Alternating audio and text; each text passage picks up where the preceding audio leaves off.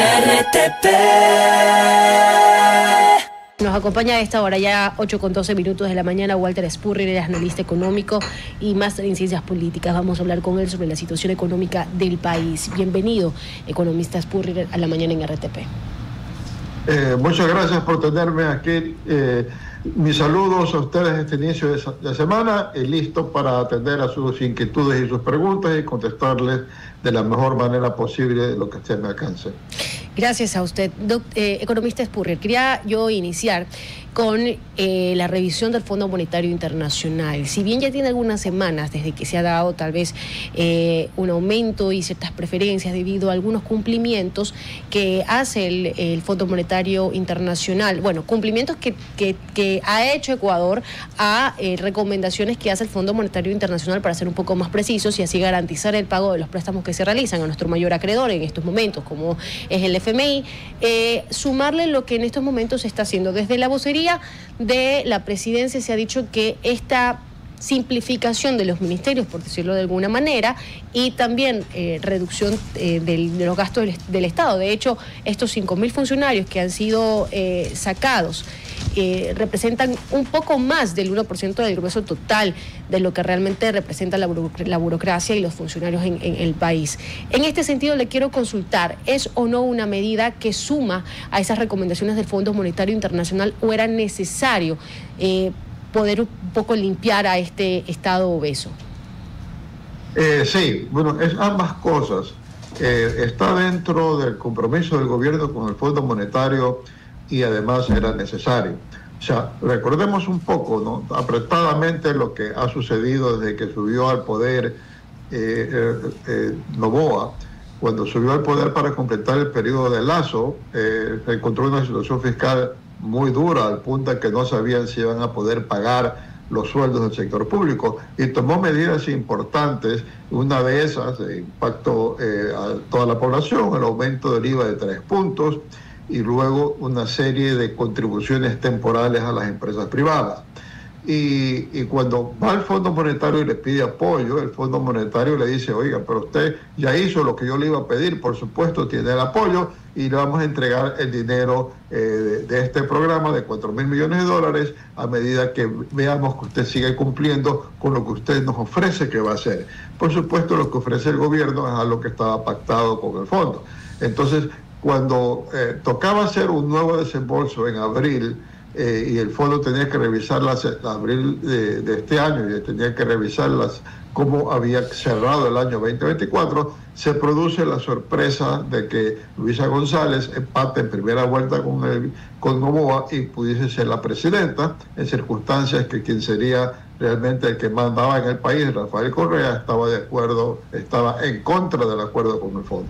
Eso paralizó la revisión del programa, que tenía que haberse dado en abril un desembolso, y únicamente cuando ya ganó el presidente en la segunda vuelta es cuando se sientan a negociar, y el presidente le dice: oiga, pero hay este problema del petróleo, ha habido este problema eléctrico, ya no me alcanzan los 4.000 millones, porque además se suponía que yo este año iba a tener que colocar bonos en el mercado internacional y ya no puedo. El riesgo país no ha bajado lo suficiente por todas estas consecuencias políticas. Entonces el fondo se sienta a ver al gobierno y dice: bueno, ¿usted qué me promete? Y el gobierno promete una serie de cambios, de ajustes estructurales, y el fondo dice: bueno, además, bueno, estoy especulando en esto, no estoy diciendo exactamente cómo sucedió, sino como yo entiendo. El fondo le dije: bueno, usted ha mostrado que tiene control en la Asamblea y que va a poder cumplir con estas reformas. Por lo tanto, le apruebo, le aumento 5.000 millones de dólares, y en el transcurso del programa, que es de 4 años, le voy a dar ese monto. Y con eso usted este año no va a tener que poner bonos en el mercado internacional, sino en el próximo. Dentro de los compromisos del gobierno, y si nos vamos hacia atrás, compromisos de gobiernos anteriores, siempre consta recortar el gasto corriente de la administración pública, porque es exagerado. El rol de pago de la administración pública es exagerado. Y si a cambio de ese rol de pagos, es casi 10.000 millones de dólares en el presupuesto del Estado, si a cambio de eso tuviésemos excelentes servicios de salud, de educación, de seguridad, no reclamaríamos, porque digamos, ahí está la plata que está pagando el país, pero no, tenemos una burocracia inepta que no funciona y que boicotea los planes del gobierno. Entonces, entre los compromisos que ha hecho este presidente ha sido reducir esa burocracia, y es lo que yo inicialmente pensaba que no iba a cumplir, porque no lo pudieron cumplir los gobiernos anteriores, pero ahora lo está cumpliendo. Primero, al fusionar los ministerios, él lo que está haciendo es eliminando duplicación de funciones. Cada ministerio tiene que tener, por ejemplo, un departamento para pagar sueldos y contadores, etcétera. Ahora, un equipo puede hacer un trabajo para un número más grande de ministerios, lo cual no es problema con las herramientas de computación que existe ahora. Lo otro es que, y esto lo han dicho, han eliminado a los funcionarios que han estado boicoteando el funcionamiento del gobierno, y no solo de este gobierno, sino los anteriores, por ser puestos por Rafael Correa, y que quiere que fracasen los gobiernos que vinieron a continuación. Entonces ha eliminado muchos funcionarios en Petroecuador, por ejemplo. Entonces ahora es esperar que cuando el gobierno salga con concursos petroleros, estos no tengan adentro una pequeña trampa que los haya fracasar, como han fracasado los anteriores. Entonces la idea también es que esto va a permitir una mayor eficiencia en los programas que se necesitan para atraer inversión privada. Entonces, en ese sentido, yo particularmente, cuando veo el anuncio que me llamó la atención, que hay un recorte de 5.000 empleados en la administración pública, y nos aclaran que no están votando policías, no están votando maestros, no están votando enfermeras, no están votando médicos, yo pienso, por fin, una medida para poner algo más de racionalidad en el empleo público, me parece una medida acertada. Entonces, en ese sentido, y está cumpliendo con los compromisos que tiene con el fondo, y es una medida necesaria. Análisis Espurrier, me gustaría un poco profundizar en su respuesta, sobre todo en el tema de que efectivamente el presupuesto fiscal ha sido bastante alto, no hemos podido tener la capacidad para poder cubrirlo. Parte de la razón, como usted bien lo menciona, de hacer estos recortes, tratar de ser más eficiente también en eso. Ahora, hay dos cosas que quizás me gustaría preguntarle y profundizar. Es el tema primero de la deuda. Estamos ahorita, después aproximadamente, si mi memoria no me falla, creo que más o menos a partir del 2011, 2012, la deuda pública total de Ecuador fue subiendo progresivamente. A día de hoy, no solamente con el FMI, sino de manera total.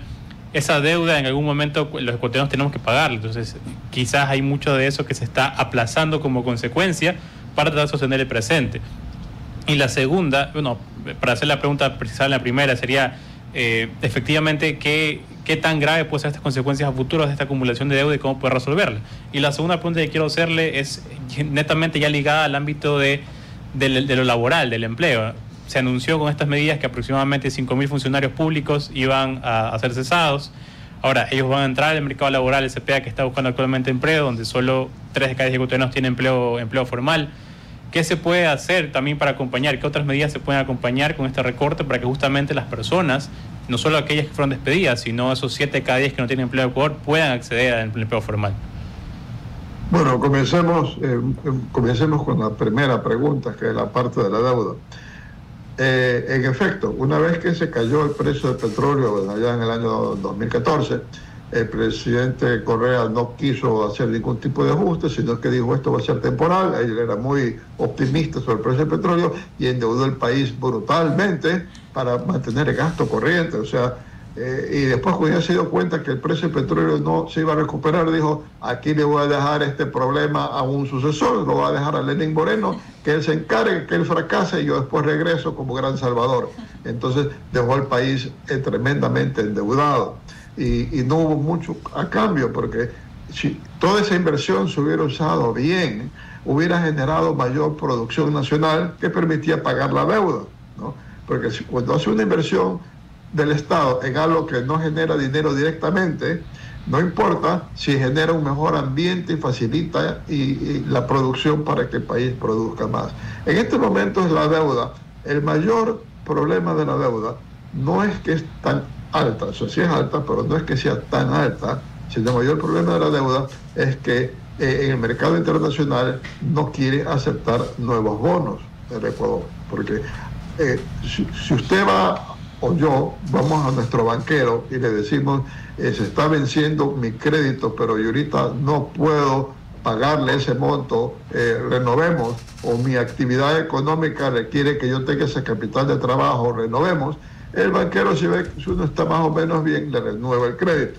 En el caso del gobierno no es así. En el caso del gobierno se vencen bonos y hay que emitir nuevos bonos. Entonces, si el país pudiese emitir nuevos bonos por el mismo monto de los bonos que se vencen, si es más largo plazo, o sea, solo tengan que pagar los intereses, se soluciona parte del problema, porque ya no es una carga tan grande en el presupuesto. El problema es cuando tienen que pagarse bonos que se vencen y no hay otro ingreso.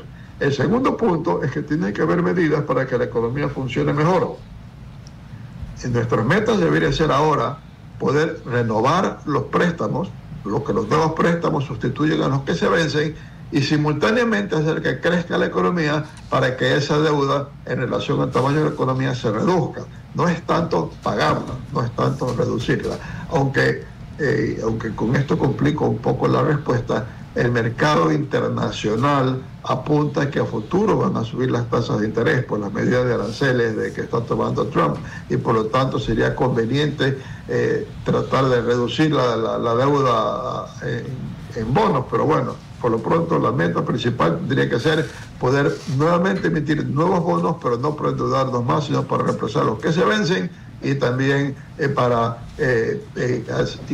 tomar medidas para hacer crecer la economía. Ahora, si le hacemos crecer la economía, va a ser más fácil que las personas que han sido desvinculadas, que además al estar desvinculadas están recibiendo una cantidad importante de dinero que les permite la transición para que esas personas puedan conseguir empleo. Lo que no podemos hacer en el país es estar pagando buenos sueldos a personas en el sector público que no estén rindiendo nada, que no estén haciendo nada positivo, o incluso que estén haciendo algo negativo. Ahora, economista Spurrier, en este mismo sentido, porque hay que darle seguimiento. La vocera de Carondelet ha dicho, bueno, ya se lo preguntaba, de hecho, esto no es una medida del Fondo Monetario Internacional, ok, aceptable, coinciden. Pero dentro de las recomendaciones del Fondo Monetario Internacional se habla de que se necesita disminuir del grueso del Estado de un 6 puntos y más, porcentualmente hablando, en cuanto al Estado y al obeso Estado que tenemos en estos momentos. Pero, ¿cuántos más podríamos ir viendo en estos momentos de despidos? Porque este es el primer bloque que se ha hecho sin la ley de integridad pública. En unos meses se podría aplicar y comenzar las evaluaciones, y bien lo han señalado también expertos y conocedores en materia, que ahí conforme se estén dando las evaluaciones y los resultados, podrían existir ascensos o más despidos. En ese sentido, ¿cuántos despidos más o cuántos funcionarios más podríamos ver, por ejemplo, en la salida del Estado, tomando en cuenta las recomendaciones del Fondo Monetario Internacional y la necesidad neta que tiene el país de reducir estos gastos corrientes? Bueno, la verdad es que si yo le daría una cifra, estaría haciendo pensar al público que nos escucha que yo tengo algún conocimiento interno, o que he hecho algún tipo de cálculo. Y no sé cuánto más sería, y además cualquier despido que haga el gobierno va a estar también vinculado sobre la reacción que haya a nivel de la población, porque este gobierno ha mostrado una gran habilidad de tomar medidas duras sin tener que pagar un costo por reducción de popularidad. Es muy efectivo en su manejo de imagen política el gobierno. Ahora, cuando estamos hablando de reducir ese gasto corriente, siempre se habla en función del tamaño del Estado, no se habla en función siempre se habla en función del tamaño de la economía, no se habla en función de dólares, sino de porcentajes del PIB. Entonces, si el PIB crece, baja el peso de ese gasto corriente del sector público y sin necesidad de mayores despidos. Entonces, en ese sentido, hay los dos elementos. Hay que hacer crecer la economía, porque al hacer crecer la economía, entonces se mejora la relación gasto corriente del sector público con el tamaño de la economía, sin únicamente depender de despidos. Yo he escuchado a algunos economistas conocedores y probablemente con acceso interno directo al gobierno, a lo que yo no tengo, dar cifras, y no las voy a repetir porque no son mías y no me consta que las cosas sean así, pero es un proceso que va a tener que ir vía, por ejemplo, con esto de las evaluaciones, sacar los funcionarios que no funcionan. A su vez, a los buenos funcionarios del sector público van a ser probablemente van a tener ascensos o van a poder trabajar más libremente, porque si es un problema en el sector público matarse trabajando en hacer algo y el que está al lado no está trabajando, está cobrando coimas y está ganando tanto más que yo, sí eso desmoraliza.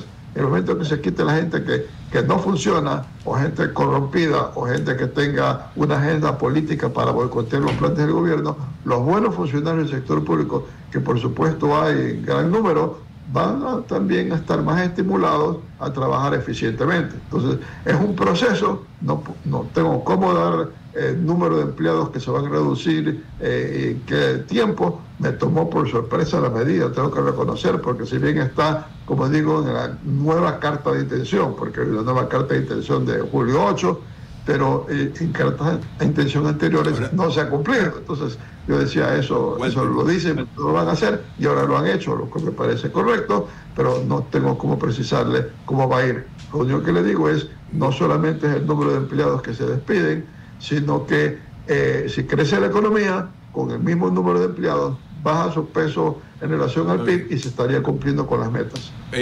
Suena bonito y triunfalista lo que señala, pero hay un problema: 5.000 personas en el desempleo, usted mismo ha señalado, con cultura burocrática, la que usted incluyó algunas cosas pues especiales. ¿Cómo las absorbe el mercado? ¿O entra a engordar esa gran masa de desempleados que ya tenemos? ¿Cómo se maneja esa parte, sociológicamente hablando, y no solo económicamente hablando? Puede ser, Ramón, que muchos no consigan empleo, a lo mejor algunos hasta migran, otros estarán ofreciendo sus servicios en el sector privado, profesionales, pero el hecho es de que si vemos de manera global, no se justifica que el gobierno, con los recursos que tiene, esté dedicando una parte de los recursos que tiene en pagar sueldos de personas que no rinden. Es lo mismo en una empresa privada, eso es lo mismo con todos nosotros. Ramón, tú también eres empresario, no puedes estar pagando sueldos de personas que no rinden, porque si no pierdes eficiencia y tienes que endeudarte para pagar esos sueldos. Entonces, en ese sentido, sí, es un problema, pero 5.000 empleados públicos, incluyendo en el IES, significa que yo tengo entendido alrededor del 0,8% de la masa salarial. Pienso que está bien dentro del normal, y tenemos que acostumbrarnos, medidas de ajuste, porque no podemos seguir botando plata que además no tenemos, endeudarnos para pagar sueldos a personas que no rinden. Puede causarles problemas, entiendo, pero a lo que ya no sigue dándonos ese lujo. Una cosa es la evaluación dentro del sector privado y otra cosa es dentro de la burocracia. Confía usted, economista Spurrier, que el sector privado tendrá la capacidad evaluativa para sacar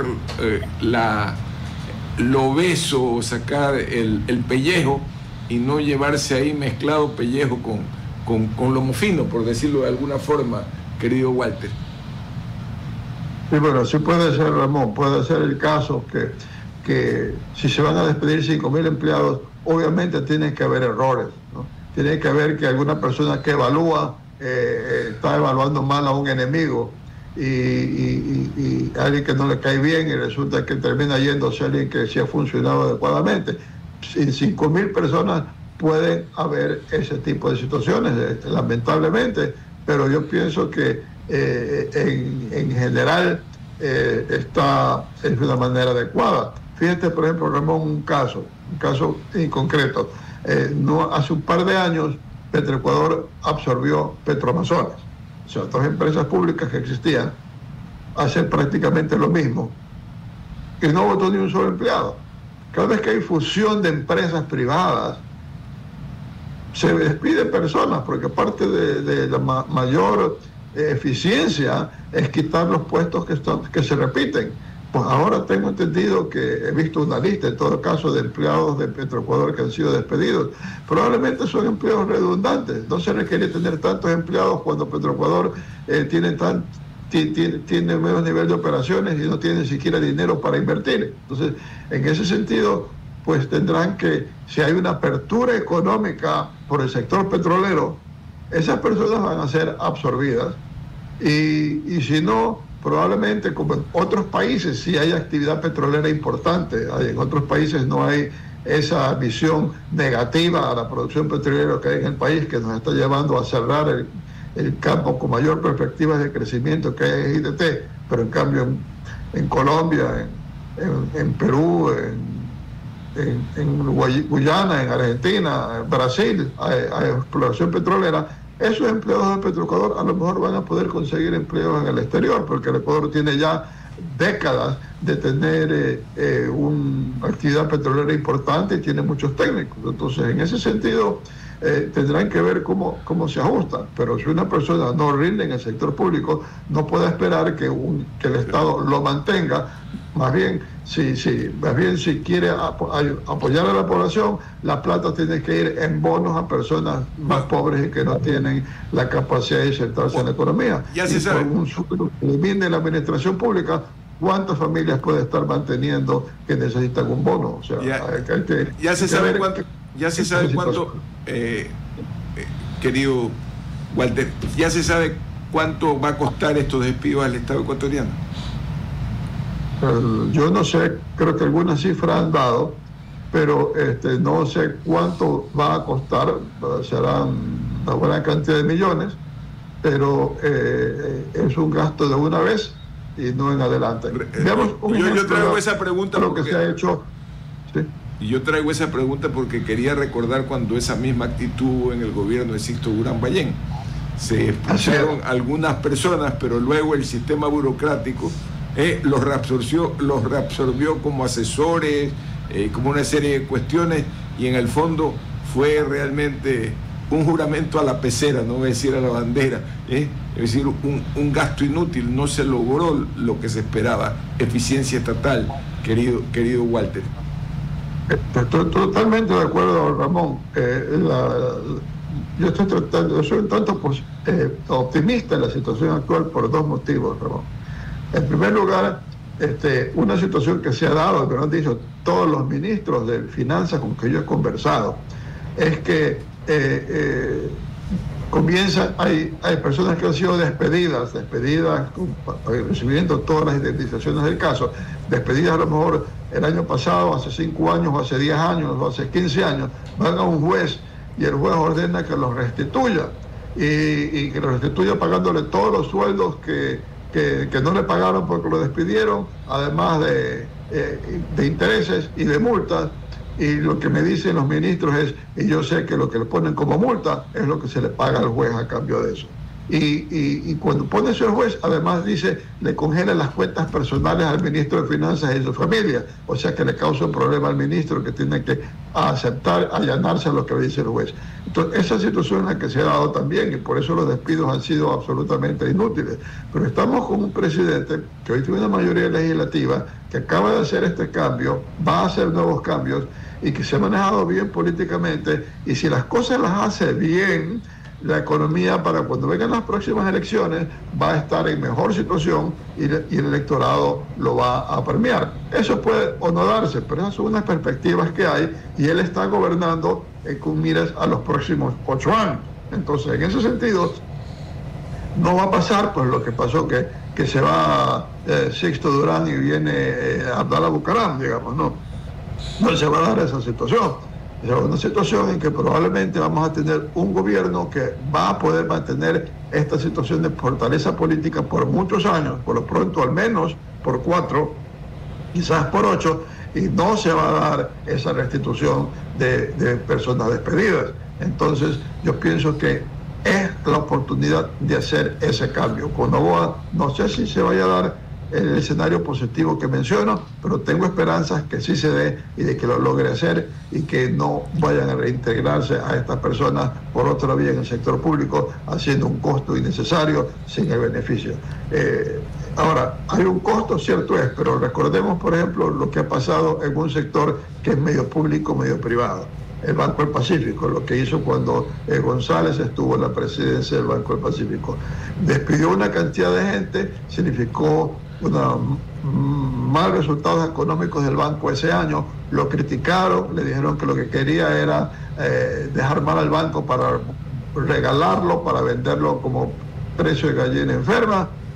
Al año siguiente el banco tuvo resultados extraordinarios, porque ya no tenía todo ese gasto corriente innecesario y pudo producir mucho más. Entonces, eso es lo que pensemos que puede estar dándose en el sector público con estas acciones. Si Petroecuador comienza a funcionar adecuadamente, si CELEC y CENEL funcionan adecuadamente, vamos a tener más inversión privada, vamos a tener más eficiencia y la economía va a crecer. Y muchas de las personas vinculadas van a poder conseguir empleo, porque gran parte pues tienen preparación académica, van a poder conseguir empleo en el sector privado. Muchas gracias, Walter, una gran mañana. Optimismo, parece que ha pasado el fin de semana y te has llenado de optimismo. Vamos al corte comercial. RTP